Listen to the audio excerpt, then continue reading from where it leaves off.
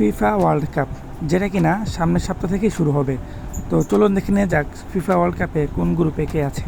Group এতে আছে আল আহলি, পার্তো, পালমেরিস, ইন্টার মায়ামি। তো এখান থেকে যেটা বোঝা যাচ্ছে যে ইন্টার মায়ামি এবং আল আহলি উঠবে, কারণ ইন্টার মায়ামি ওঠার কারণ হলো ফিফা বয় মেসি, আর আল আহলি তো ভালো খেলে। গ্রুপ বিতে যারা আছে তাদের মধ্যে থেকে যেটা বোঝা যাচ্ছে সেটা হচ্ছে যে পিএসজি এবং অ্যাটলেটিকো মাদ্রিদই উঠবে দ্বিতীয় রাউন্ড অফ 16-এ। এছাড়া বাকি দুইটা ভালো খেলে, না খেলে তো এই পর্যন্ত আসে নেই, কিন্তু এই দুইজনেরই চান্স বেশি, সুযোগ বেশি। গ্রুপ সিতে আছে বায়ার্ন এবং আরও 2-3টা টিম আছে। তার মধ্যে থেকে বোঝা যাচ্ছে যে যথারীতি বায়ার্নই উঠবে রাউন্ড অফ 16-এ, সেকেন্ড রাউন্ডে, এবং বাকি তিনটার যে কোনো একটা উঠবে সেটা আসলে ধারণা করা যাচ্ছে না। গ্রুপ ডিতে আছে ফ্ল্যামেঙ্গো, চেলসি এবং এলএফসি। যাই হোক, এখানে যেটা বোঝা যাচ্ছে যে ফ্ল্যামেঙ্গো এবং চেলসি এই দুইটা ওঠারই সম্ভাবনা বেশি।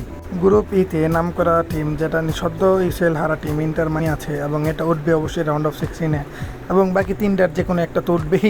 এখন খেলা দেখলে বোঝা যাবে যে কে উঠতে পারবে।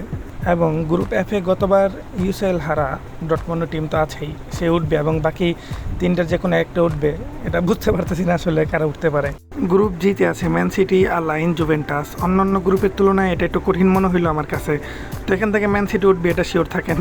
এবং বাকি 3 আর 4 জুভেন্টাস এবং আল আইনের থেকে আমার মনে হইতেছে জুভেন্টাসই উঠতে পারে, বাকিটা দেখা যাক। ফাইনালি গ্রুপ এইচে পাওয়া গেল রিয়াল মাদ্রিদ এবং আল হিলাল, এবং আমার মনে হইতেছে এই দুইটা টিমই উঠবে, আর বাকি দুটো উঠতে পারবে না, এরা যত যাই হোক। এবং এখানে আরেকটা প্রশ্ন আছে যে বার্সেলোনা, তারপরে লিভারপুল কোথায়? আসলে এরা ছিটকে গেছে, এরা খেলতে পারে নাই, বা তারা এই পর্যন্ত আসতে পারে নাই। ফিফা ওয়ার্ল্ড কাপের জন্য তারা কোয়ালিফাইড হয় নাই। এবার কিন্তু রোনালদোর টিম আল নাসের কেউ কিন্তু ক্লাব ওয়ার্ল্ড কাপ খেলতে পারবে না। ফিফা ওয়ার্ল্ড কাপের শুরুর ম্যাচটাই হবে ফিফা বয় মেসি দিয়া এবং আল আহলি দিয়া, এবং আমার যতটুকু বিশ্বাস যে আল আহলি জিতবে, ইন্টার মায়ামি মেসির টিম এটা জিততে পারবে না, কারণ খেলার দিক থেকে সব দিক থেকেই আল আহলি আগায়েই আছে। এবং গ্রুপ পর্বে কারো কোনো প্রেডিকশন থাকলে অবশ্যই কমেন্টে জানিয়ে দেবেন আমাদেরকে।